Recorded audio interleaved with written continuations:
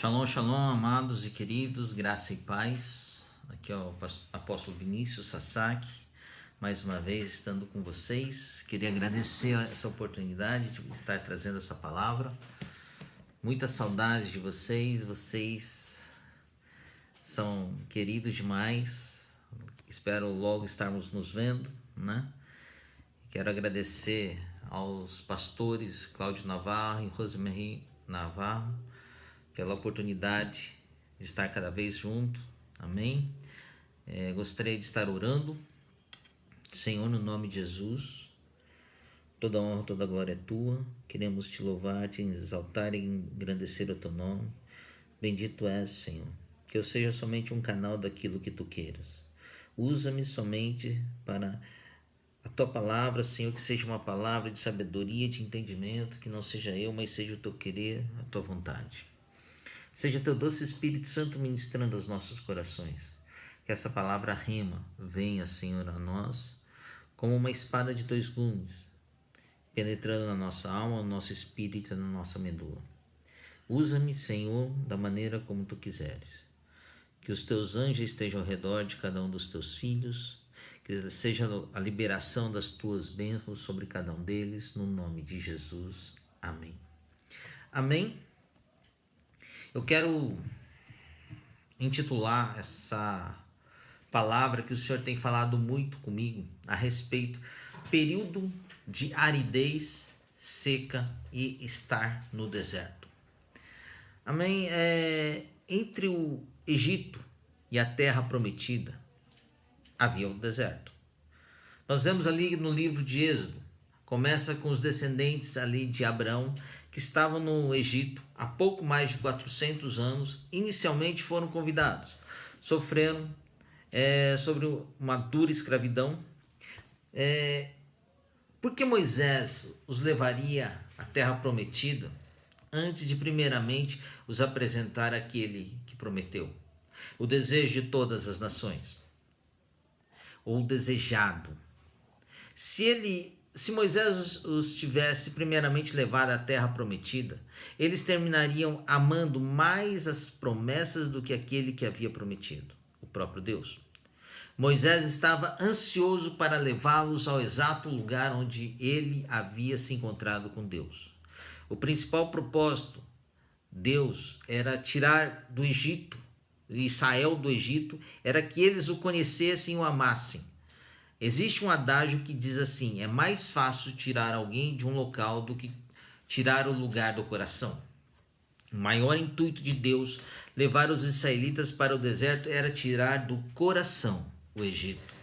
Por isso nós vemos ali em Deuteronômio capítulo 8, verso 2, que diz assim: lembrem-se de como o Senhor, o seu Deus, o conduziu por todo o caminho no deserto durante esses 40 anos para humilhá-los, pô-los à prova, a fim de conhecer suas intenções, se iriam obedecer os seus mandamentos ou não, aquilo que estaria no seu coração. Amém? Vemos ali que Deus ele removeu Israel fisicamente do Egito. Porém, depois teve que trabalhar para removê-los espiritualmente das concupiscências do mundo. Primeiro ele os retirou do Egito, então teve que retirar o Egito dos seus corações. Essa foi a parte mais difícil. E da mesma forma, é fácil nós nos afastarmos fisicamente dos atos pecaminosos em si, mas algo totalmente diferente é tirar o Egito de nós. Podemos espiritualmente pararmos de desejar essas coisas em nosso coração, se apenas nos rendermos a Deus pela fé. Enquanto Ele trata dos nossos corações, nós podemos vencer esses gigantes em nossas vidas. Podemos ser cheios do Espírito Santo e amar mais o Senhor. Mas podemos também impedir que o Senhor arranque de nós aquilo que nos atrapalha de ter o compromisso radical com o Pai. Uma vez tendo experimentado a perda daquelas situações nas nossas vidas, a vida não é mais a mesma. Não somos os mesmos. Dependendo da perda, não somos capazes de fazer as coisas do jeito que fazíamos antes. Muda a nossa visão de vida, muda a nossa visão de Deus. Avançamos para a nova estação, na qual temos que lidar com todos os modos pelos quais a perda afeta a nós e aos outros ao nosso redor. Vemos que a procura de outro caminho até o nosso destino pode produzir uma estação de deserto ou um período de aridez na nossa vida. Pode parecer como se estivéssemos vagueando, sem objetivo, como os filhos de Israel ali, que não podiam voltar ao Egito, mas que não sabiam para onde iam. Tenha a certeza de que Deus assim os guiou, os filhos de Israel, pelo deserto, até sua completa restauração. Deus está fazendo o mesmo por nós. Amados, eu queria que vocês entendessem uma coisa: todos nós somos destinados a períodos no deserto. Deserto é um princípio bíblico. E vemos ali pela palavra do Senhor que mesmo no deserto nós podemos encontrar com momentos de refrigério e águas refrescantes do Senhor. O deserto sempre tem um tempo determinado. Vemos ali que o período de deserto, quando o povo israelita saiu do Egito para ir à terra prometida, foi de 40 anos. Teoricamente, poderiam ter entrado ali na terra prometida em 7 dias e 7 noites. Mas Deus sempre prometeu a libertação.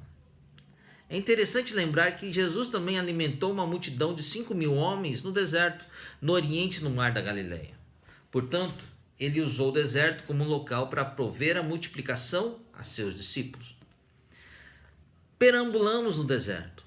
Não conseguimos entender o que estamos fazendo em atravessar este e o porquê.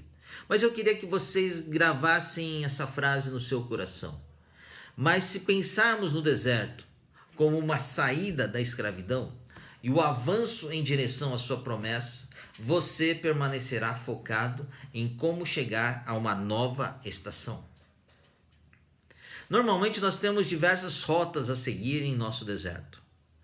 Dependendo da direção da rota, determinará o tanto de guerra que estaremos experimentando, ou seja, o tanto de batalha que estaremos seguindo na nossa frente. Às vezes a melhor rota não é aquela que achamos ser a mais fácil e rápida. Em Êxodo, capítulo 13, verso 17, nos diz a seguinte passagem: Quando a Faraó deixou sair o povo, Deus não o guiou pela rota da terra dos filisteus, embora este fosse o caminho mais curto, pois disse: se eles se defrontarem com a guerra, talvez se arrependam e voltem para o Egito.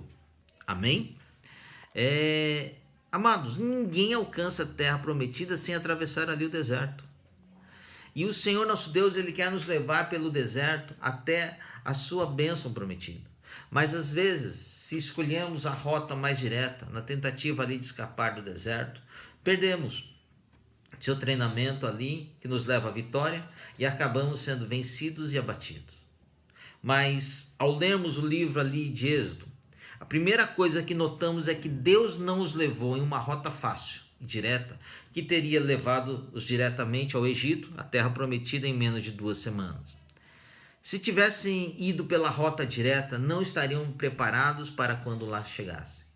Vemos que seus inimigos eram mais fortes para um povo que acabava de sair, como escravos, e não entendiam nada de como batalhar e nem como armamentos.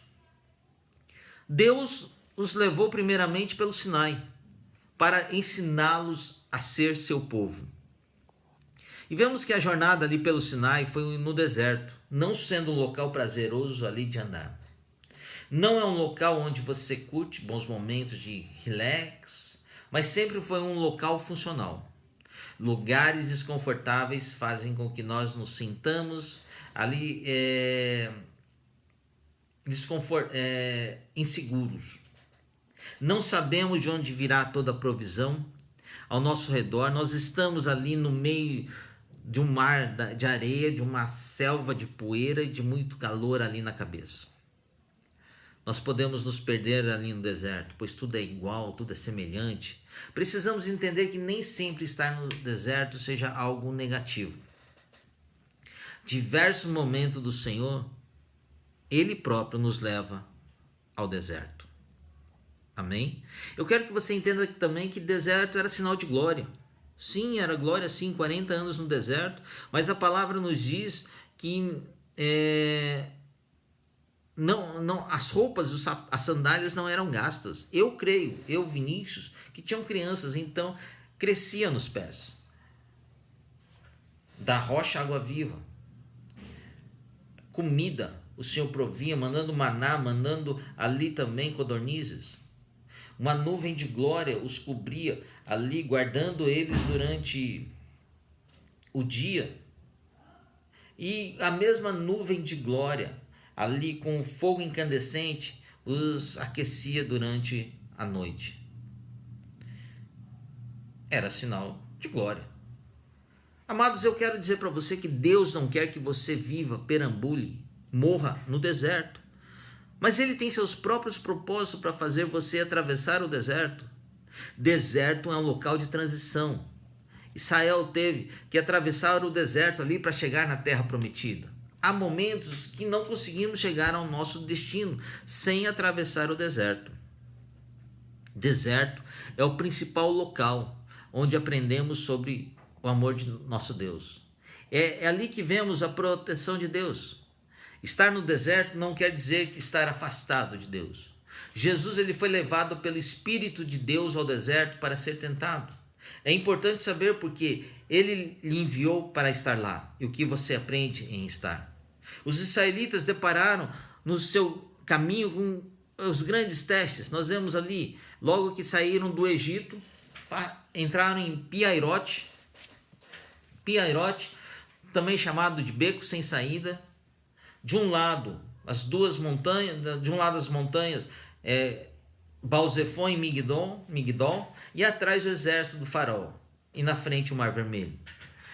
Será que Deus ele estaria levando os israelitas, tirando do Egito para morrer ali num local chamado beco sem saída? Não. O Senhor nosso Deus estava levando eles para entender o sobrenatural. Quando o Senhor fala para Moisés, toca o bordão na água e avança, o que aconteceu? As águas se fenderam, eles abriram e passaram ali no meio das águas em seco. Será que você pode imaginar ali naquele momento eles atravessando aquela grande parede de água? Um grande um grande aquário ali ao redor deles. Eles muitas vezes na tentativa colocaram a mão para ver se era água, se ela rompia ou não. Aí depois eles passaram o deserto de Sul 3 dias sem água. Imagina, 3 dias sem água, sem beber, sem poder tomar banho. Aí entraram em Mara, nas águas amargas. Depois eles foram para Elim, tendo uma bênção abundante, 70 palmeiras e 12 oásis. Ninguém quer sair de um local assim, mas eles tinham que acompanhar a nuvem de glória.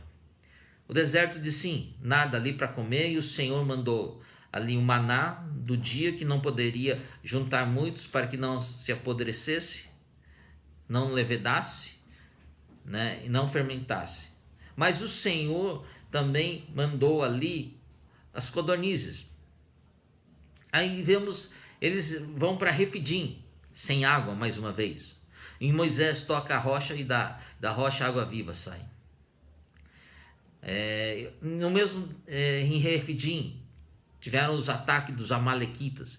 E naquele momento, ali nós vemos que Moisés, quando levantava o bordão, eles venciam a batalha. Mas quando ele abaixava, eles perdiam a guerra.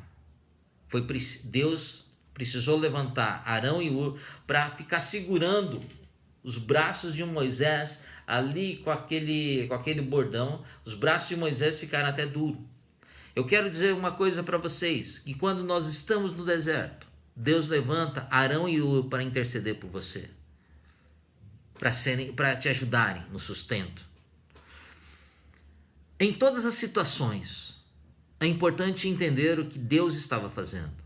Com certeza, ensinar Israel a respeito de fidelidade é poder contar com Ele para toda provisão. Você pode lembrar-se do que Deus fez no passado e dedicar a acreditar que Ele proverá novamente, ou pode focar em seu problema, murmurando em incredulidade. Amados, dizem que o deserto é a escola de Deus. Sim, eu quero dizer para vocês que deserto não é cemitério de cristão, é escola de profetas. Porque no deserto não é um acidente de percurso, mas uma agenda de Deus, é a escola do próprio Deus. O deserto é o local onde Deus trabalha em nós, para depois trabalhar através de nós. Mas no deserto nós passamos momentos difíceis, sim, mas não para sermos destruídos, mas para sermos fortalecidos e restaurados.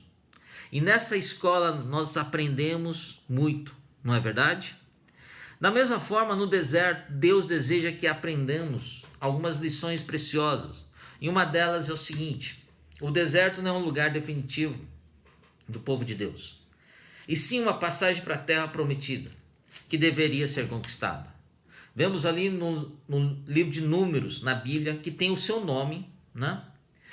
Que no deserto, na versão hebraica, porque o deserto é o lugar onde se passaram todos os fatos narrados nesse livro, muitos no Antigo Testamento não confiaram em Deus e apressados morreram ali no deserto.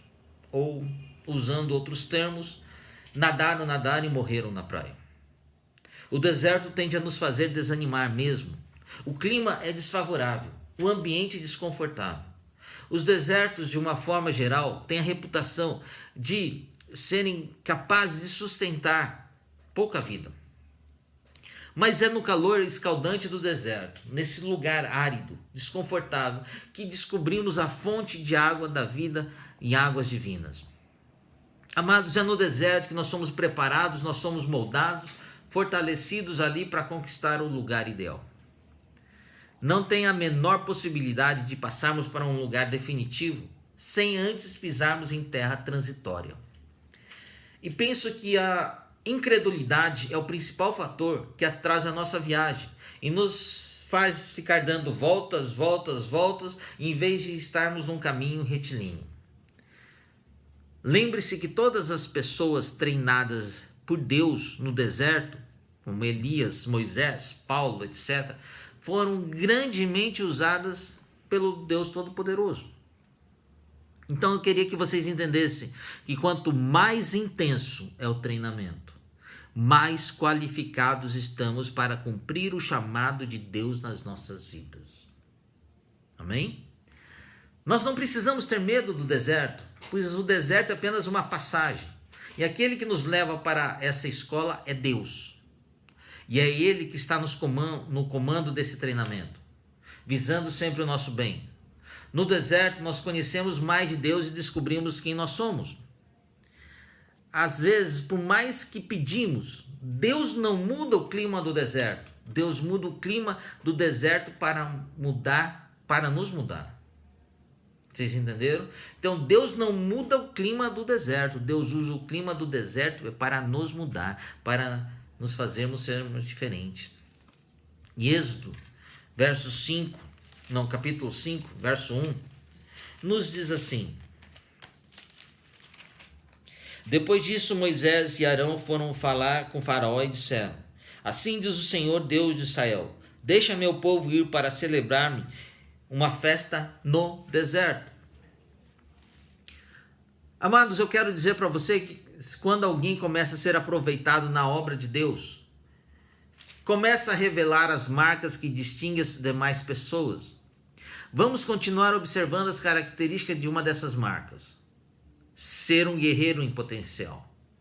Hoje, a voz do Deus Todo-Poderoso está dizendo para nós, ali em Salmos 2:7, tu és o meu filho e eu hoje te gerei um guerreiro em potencial. Aí nós vemos ali em Josué,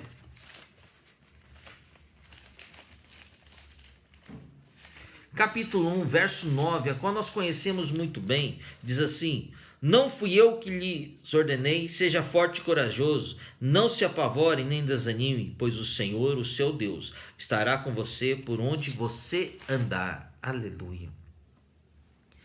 Amados, nós somos guerreiros em potencial. mas só com o poder e a força de Deus nós venceremos qualquer desafio. E essa confiança nos empurrará para conquistas maiores. Mesmo pessoas extraordinárias como Paulo, Moisés, são incapazes de viver a vida de cristã totalmente a parte do poder do Espírito Santo. Subjacente a todas as atividades de Paulo está o pulso constante do poder de Deus, trabalhando em nós e através dele. Ao assumirmos o alto chamado de Deus em nossas vidas, devemos prestar atenção à advertência de Paulo em Gálatas 3:3, que nos diz: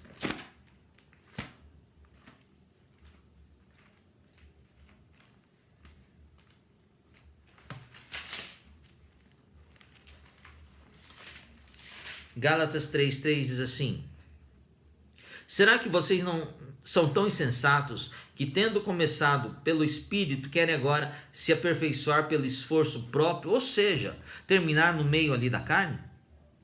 Nós, como Paulo, nós podemos empregar as disciplinas espirituais como uma maneira de nos ajudar a focar em Deus. A prática ponderada desses exercícios espirituais pode nos lembrar da nossa dependência de Deus e formar canais através dos quais o seu Espírito pode trabalhar em nós. Nós vemos ali 5 características, 5 lições que nós podemos aprender com essa experiência dentro da selva de areia. Eu caracterizaria que muitos estão enfrentando agora como um deserto ou jornada ali nesse local. A pergunta que a maioria das pessoas faz quando são levadas a ter uma experiência no deserto é o porquê. Mas tenha coragem. Deus usará nossas experiências aqui para fazer com que essa estação do deserto floresça como uma rosa. Pois no deserto, o Abba, ele fala e desperta os nossos corações para ouvi-lo. Na verdade, a palavra deserto em hebraico significa lugar de falar. Existem regiões selvagens nomeadas nas andanças do deserto dos israelitas. Eu creio que todo cristão provavelmente passará por 8 dessas durante a sua vida. E sinto como que se aquele com que entramos nessa temporada fosse ali no deserto de Sur. Como nós lemos ali, eu queria mostrar para vocês em Êxodo 15. Vocês lembram que eu falei 3 dias? Se nós verificarmos em Êxodo 15, verso 22 diz assim: depois Moisés conduziu Israel desde o Mar Vermelho até o deserto de Sur. Durante 3 dias caminharam no deserto sem encontrar água. Amados, eu queria que vocês entendessem que Sur é uma palavra que significa uma parede cercada ou limitada. Deus os conduziu ao longo de uma parede. Eles não poderiam escapar daquele deserto. Da mesma forma, nenhum de nós está escapando dessa selva, desse deserto que está ao nosso redor nesses tempos. Estamos ali nesse deserto, nessa selva, desse vírus, que nessa quarentena que virou já 6 meses, indo para o 7º mês, onde todos nós estamos limitados às nossas casas, nessa pandemia. Estamos em um lugar de restrição e limitação, que está tornando impossível seguir em frente sem um milagre. Amados, nós estamos contra uma parede como os hebreus estavam. Eles haviam seguido a nuvem até um ponto de limitação.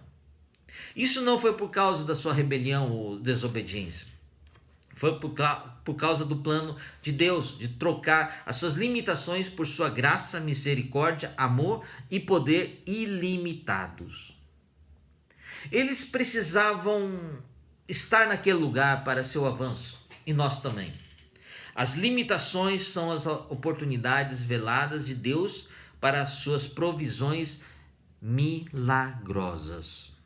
Amados, eu quero dizer para vocês que existe um reino de abundância além das nossas limitações. E o fim da sua força é o começo da dele.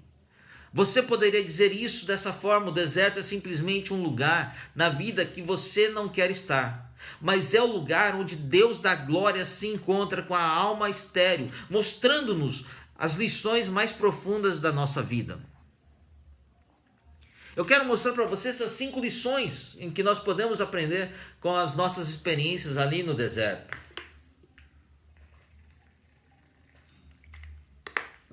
Primeiro, depois de uma nova revelação, um novo teste geralmente ocorre. Eu queria que vocês verificassem uma coisa. Jesus, por exemplo, assim que ele ouviu a voz celestial do Senhor nosso Deus, Yahvé, dizer: esse é meu filho, a quem eu me comprazo, ele foi conduzido ali ao deserto para enfrentar a tentação de Satanás. E quando lá foi a palavra de Deus que deu a ele o seu avanço. E é nessa terra de limitações que a nossa filiação é provada. Essa é a sua hora de se jogar ali no colo de Deus e se descobrir que você é realmente seu filho. Nada irá prejudicá-lo quando você encontrar o seu lugar lá, sentado ali com ele em seu trono nos lugares celestiais. Segundo, grandes problemas geralmente seguem grandes vitórias. Se nós verificarmos após a divisão ali do mar, geralmente há um deserto. Os israelitas haviam acabado de ser libertos ali do seu inimigo no Mar Vermelho e estavam a caminho da terra prometida, quando 3 dias depois passaram por falta de água. Depois da dança da vitória, agora os vemos amargos, reclamando. Às vezes presumimos que uma experiência contínua de vitória é normal, quando na verdade a vitória costuma estar imprensada entre as lições que aprendemos com as nossas dificuldades. Terceiro, o teste vem antes do descanso. Meus amados, quando nós voltamos os nossos rostos para Cristo em meio à dor e à impossibilidade, o caráter cristão é formado dentro de nós. Os milagres têm o objetivo de fazer mais do que fascinar a nossa alma. Eles pretendem nos convencer de que a fidelidade de Deus não falhará quando chegarem os dias secos no deserto. Os israelitas, eles sabiam que Deus era poderoso, mas ainda não sabiam que ele era bom. Os cristãos, ao longo dos tempos, descobriram que Deus transformará tudo em bem, se apenas o amarmos nas dificuldades da nossa vida. Quarto, em meio às nossas dificuldades, Deus, Yahvé, o Criador dos céus e da terra, ele projeta testes que nos ensinam os seus caminhos. Vemos ali que os israelitas fizeram uma jornada de 3 dias no deserto, quando ficaram sem água. Portanto, quando viram as águas de Mara, devem ter ficado exultantes. Mas eles logo ficaram chateados, murmuraram, quando descobriram que era água amarga e intragável. Então eles chamaram de Mara, que significa amargo, dor ou calamidade. De acordo com a maneira como estavam se sentindo, eles estavam todos secos, empoeirados, chateados. Como isso pôde acontecer? Êxodo 15, 24 nos diz assim: e o povo começou a reclamar a Moisés, dizendo: o que beberemos? Vemos ali que os hebreus clamaram a Moisés por água, mas não ao nosso Deus. O mesmo Deus que pôde controlar o Mar Vermelho, pôde lidar com desertos e secas, ele pode tornar as águas amargas de Mara e torná-las doces. Na mesma linha, nós também podemos experimentar um grande avanço. E 3 dias depois, reclamar sobre a maneira como a liderança nos enganou? Em vez disso, nós precisamos levar o nosso problema ao nosso Pai Celestial, que pode corrigir todos esses erros. Quinta situação: nós podemos encurtar sim o deserto, permitindo que o propósito de Deus seja cumprido nele.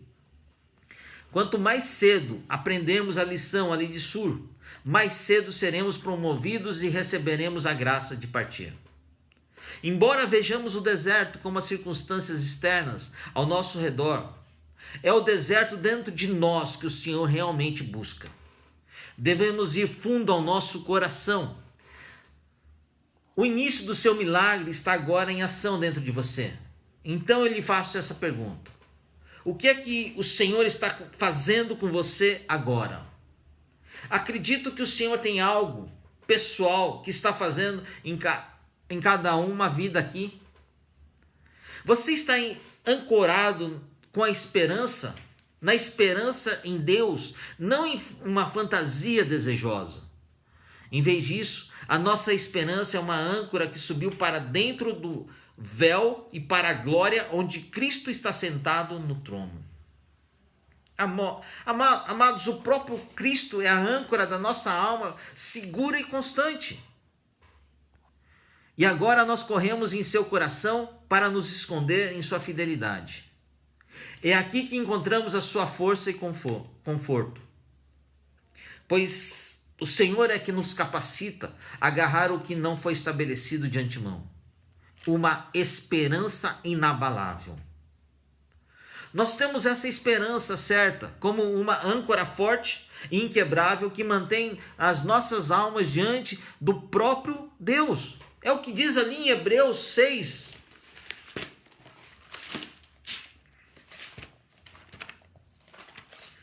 (18 e 19). Hebreus 6, 18 e 19 diz assim: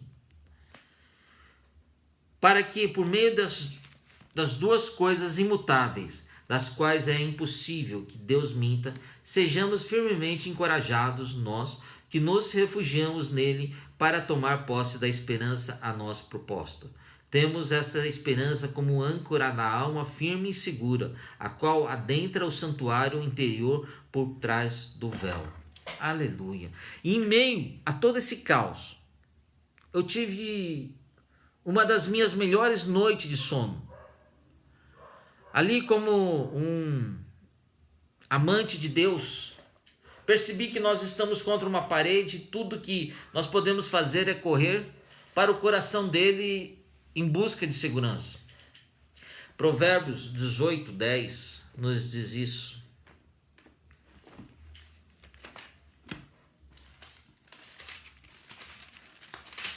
Provérbios 18, 10 diz assim: o nome do Senhor é uma torre forte, os justos correm para ela e estão seguros. Aleluia! Observe que é o caráter de Deus, é ser a nossa torre de força. Torre de força é a palavra hebraica migdal. Tem um homônimo que pode ser traduzido como canteiro de flores.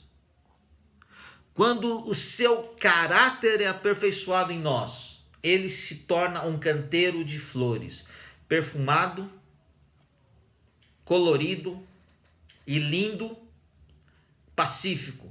Um lindo lugar de descanso para nossas almas. Oh, aleluia! Isso é o que Deus está dizendo a você agora. Ele está pedindo que você acredite que Ele é o seu curador e redentor, e que Ele está despertando o seu coração durante essa época difícil para confiar no amor dele por você. O que o seu coração seja totalmente despertado. Agora nós precisamos entender esse deserto pessoal. Mateus 4, versos 1 e 2, onde nós conhecemos ali, quando nós lemos o versículo que diz: então foi conduzido Jesus pelo Espírito ao deserto para ser tentado pelo diabo. Temos que ver que é o próprio Espírito de Deus levou Jesus ao deserto. E essa expressão indica que era da vontade de Deus, que Cristo agora plenamente, cônscio de sua filiação única, bem como de seu chamamento para ser o servo ideal de Deus, fosse tentado a ser desobediente às implicações dessa vocação. E vencendo essa tentação, estivesse capacitado a entrar num mistério que teria como clímax a sua obediência até a morte e morte na cruz. Deus também, muitas vezes, nos conduz ao deserto, meus amados. Ele pode ser a representação de uma demissão, de uma reprovação no vestibular, de um fim de um noivado, da decretação de uma falência irreversível, do diagnóstico médico que nos desengana ou de qualquer outra frustração que nós, como mortais, nós estamos sujeitos. Mas eu quero dizer para vocês que muitos homens da Bíblia tiveram que ir ao deserto. Moisés ficou lá 40 anos. E se você pegar Atos, um livro de Atos, que fala de Moisés, capítulo 7, verso 23. 7:23 nos diz assim: ao completar 40 anos, Moisés decidiu visitar seus irmãos israelitas. Amados, Paulo também sentiu o seu calor e a sua solidão, e foi lá onde ele pôde reconstruir a sua teologia, seu entendimento ali com Deus, ali em Gálatas, capítulo 1, verso 17.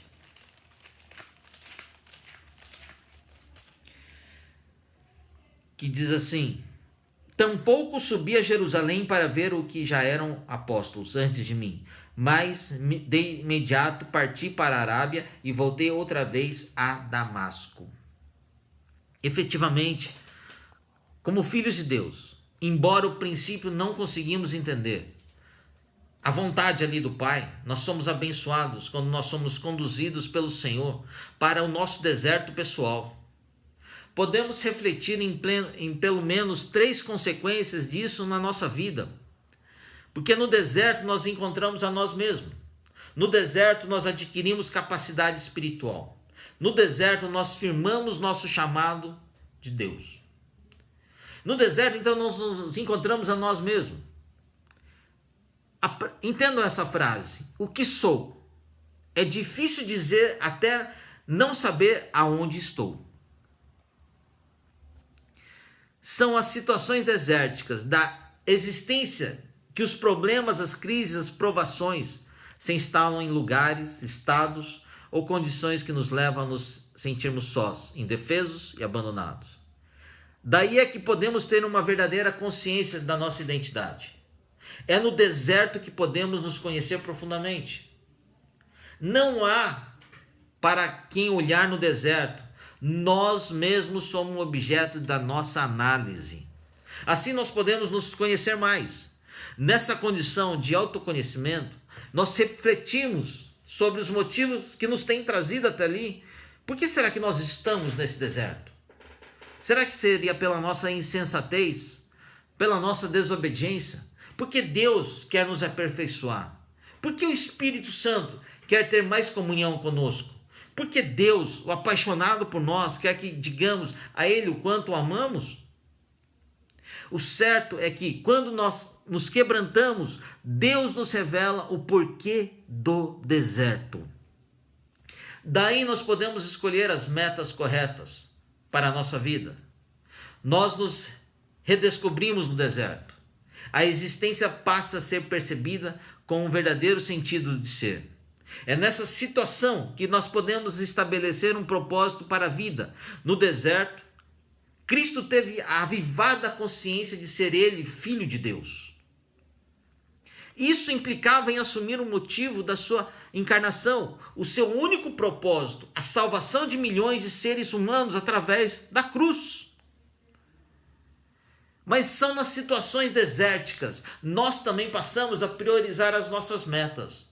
Temos a convicção profunda de vivermos para a glória de Deus. Romanos 11:36 nos diz assim: porque dele e por ele e para ele são todas as coisas. Glórias, pois a ele eternamente. Amém. Amados, é no deserto, então, no segundo item, que no deserto nós adquirimos capacidade espiritual. No deserto pessoal, capacitamos-nos para resolver problemas mais ou menos semelhantes ao que Satanás apresentou a Jesus. As tentações querem fazer com que usemos a nossa vida para os nossos próprios propósitos. Quando nós somos tentados, nós somos forçados a nos comprometermos unicamente com as nossas metas. Além disso, as situações tentadoras da vida querem até mesmo nos impedir de examinar e reavaliar os nossos propósitos. Essa é a tônica desse mundo secularizado e materialista que vivemos. O curso desse mundo quer nos fazer pensar de um modo exagerado somente em nossa posição, em nossa comida, em nossa roupa, em nossos bens, enfim, quer nos encapsular em nosso próprio egoísmo. Mas, amados, é no deserto que nós recebemos a virtude do Espírito Santo para percebermos que somente seremos realizados de fato se tivermos os mesmos propósitos de Jesus: servir à vontade de Deus e ao seu reino. Quando estamos no deserto, Deus nos revela que as tentações são um exercício necessário para a maturidade emocional e espiritual das nossas vidas. Somente tem uma vida de vitória quem tem esperança em Deus. É falsa a ideia popular de que a esperança é a última que morre. Para quem entende o significado espiritual dos desertos, o que estamos sujeitos, a esperança jamais se extingue. Por isso mesmo, tal pessoa jamais estará totalmente livre dos desertos. Eles fazem parte do processo de conquista da esperança. Queria que nós abríssemos ali Romanos, capítulo 5.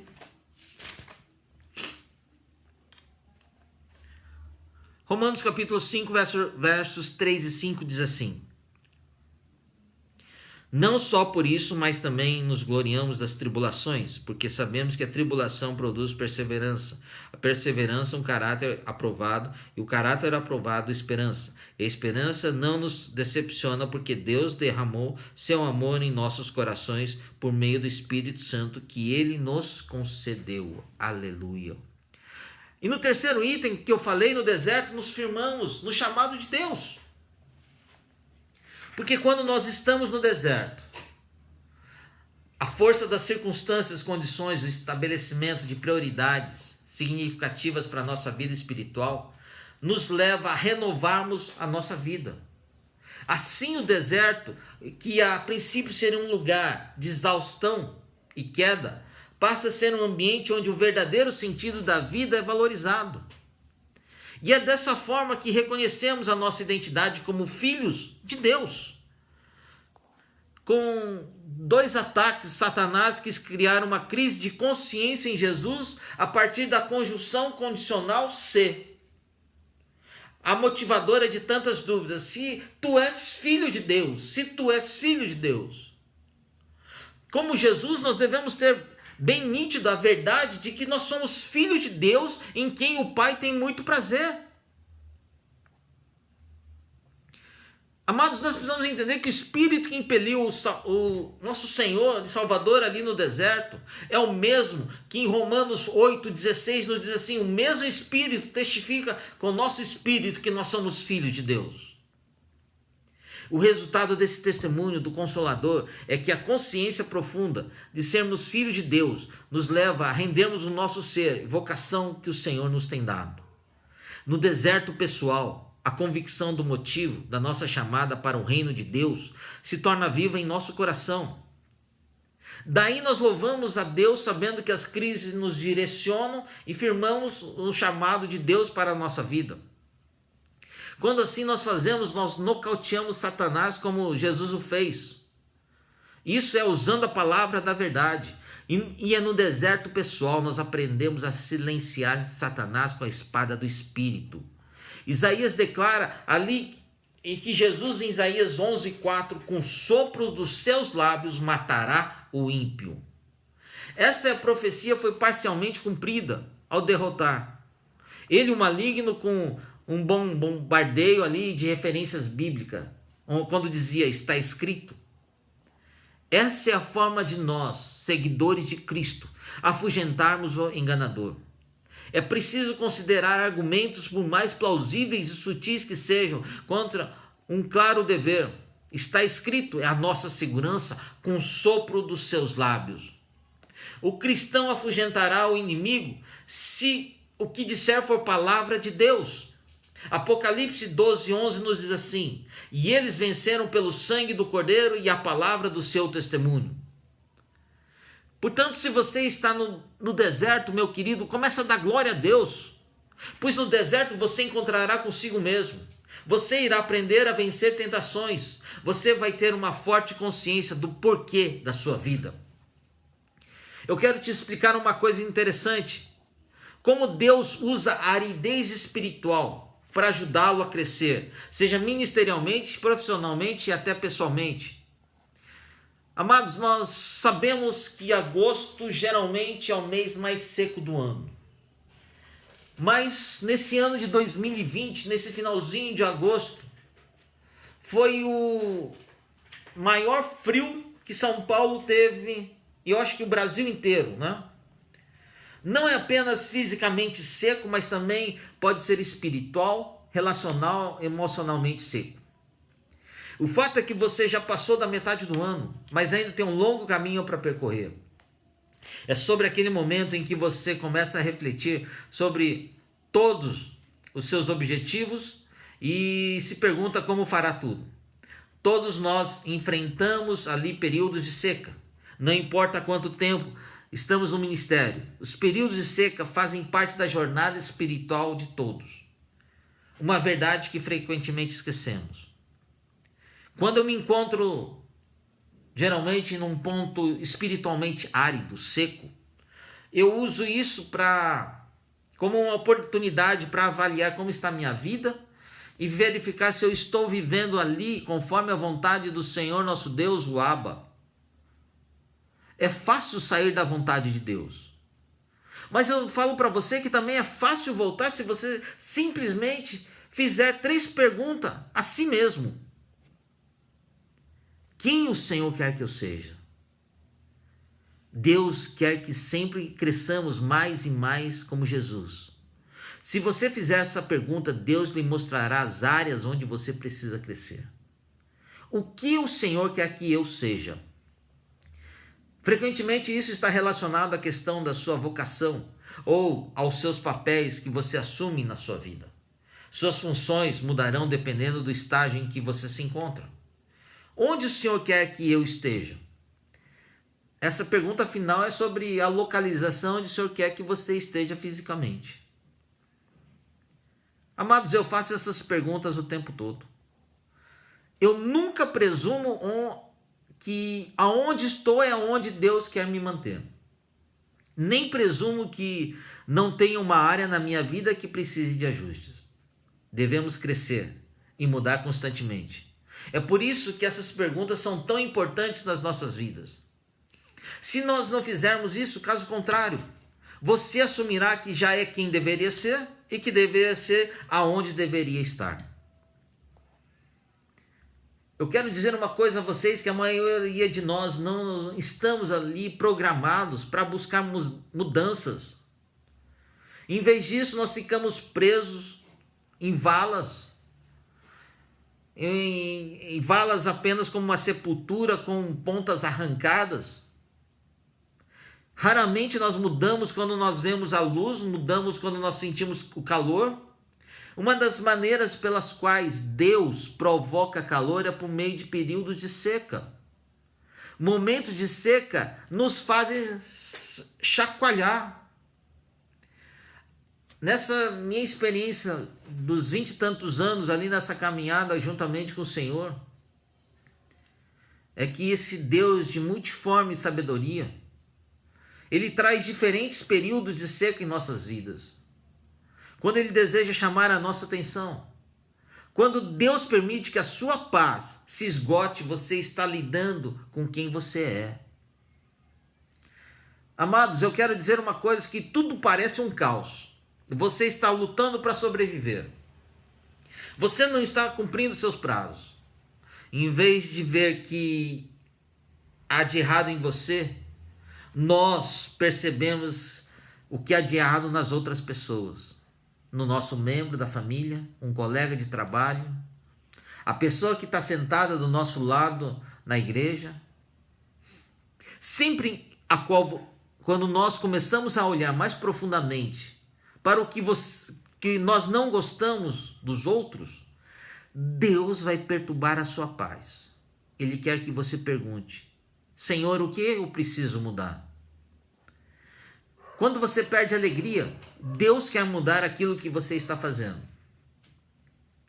você simplesmente não gosta do que fez no passado. E que você gostava do seu trabalho não parece mais se adequar. Amados, antes de falar para vocês, há uns anos atrás eu tive uma pequena enfermidade que eu precisei fazer uma ressonância magnética. Logo depois dessa ressonância magnética, cheguei em casa, deitei no sofá, na verdade sentei no sofá, já estava tirando aquele cochilo, quando a Cássia fala assim para mim: você não vai tirar o lixo? E eu olhei para ela assim com aquela cara de quase moribundo, quase morrendo, falando assim: você não está vendo que eu estou quase morrendo aqui? E a minha esposa, com sabedoria, ela falou assim: Deus não vai matar você antes de você levar o lixo lá para fora. Me levantei na hora assim, fui fazer correndo, certinho, direitinho. E quando eu estava voltando, o Senhor fala assim: você lembra de uma oferta que você deu no começo do ano?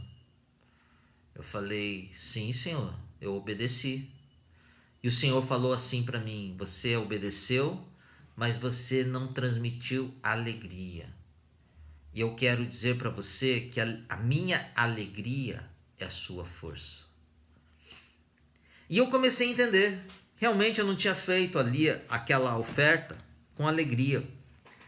E isso estava tirando todas as minhas forças para eu ter ficado ali com aquela enfermidade. Foi eu pedir perdão ao Senhor. Falar que vou fazer com alegria, sim. Tudo mudou. Eu quero que você entenda, eu tive uma variedade de situações, circunstâncias na minha vida, nessa caminhada cristã. Servindo ali como mestre, pastor de jovens, professor na escola dominical, diácono, conferencista, seminarista, cristão. Também tive vários empregos seculares diferentes. Cada vez Deus começou a mudar a minha vocação, tirando a minha alegria do que eu estava fazendo, para que fosse a alegria daquilo que ele quisesse no meu coração. Lembre-se dessa frase: quando Deus deixa você desconfortável, Deus quer mudar onde você está. E Deus fez isso ali com Elias, ali em 1 Reis capítulo 17. Deus estava usando os corvos para lhe trazer comida e cuidar dele. E ele podia beber de um riacho próximo. Mas então a palavra do Senhor na Bíblia diz ali em primeiro livro de Reis, capítulo 17,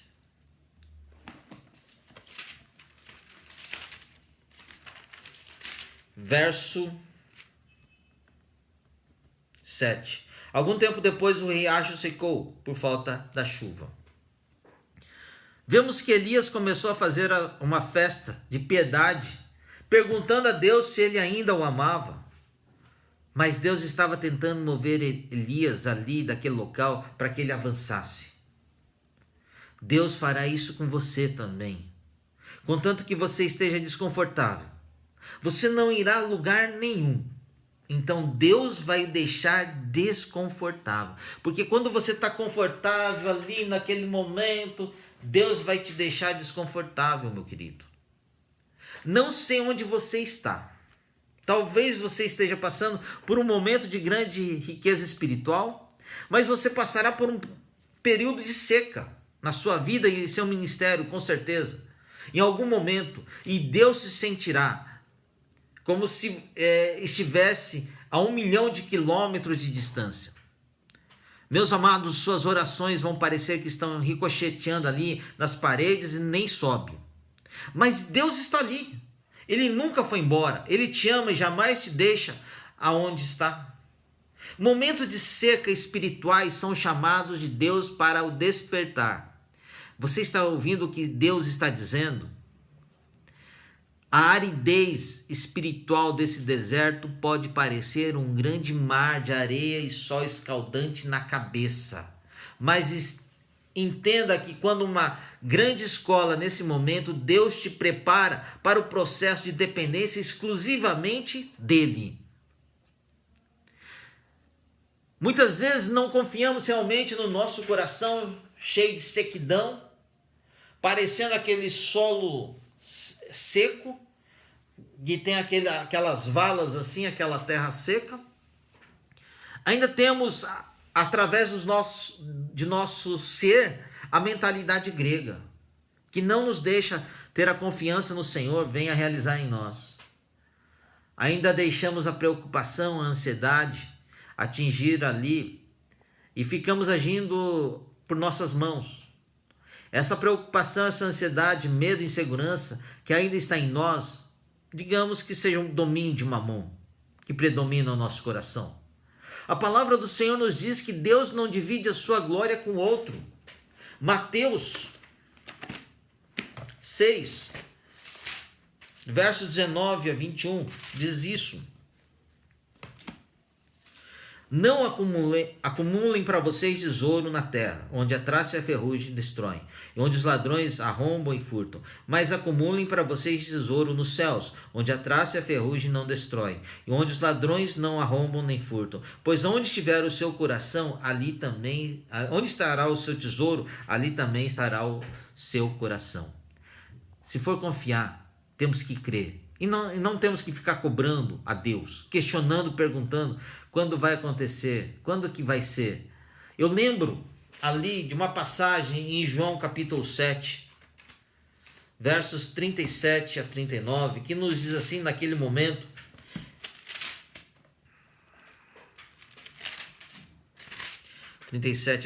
no último e mais importante dia da festa, Jesus levantou-se e disse em voz alta: se alguém tem sede, venha a mim e beba. Quem crer em mim, como diz a Escritura, no seu interior fluirão rios de água viva. Ele estará se referindo ao Espírito que mais tarde receberiam os que nele crescem. Até então, o Espírito ainda não tinha sido dado, pois Jesus ainda não fora glorificado. Aleluia. Amados e queridos, quando nós tomamos dessa água, tudo que estava seco, tudo que estava deserto no nosso coração, passa a florescer, passa a renascer e somos transformados numa nova vida.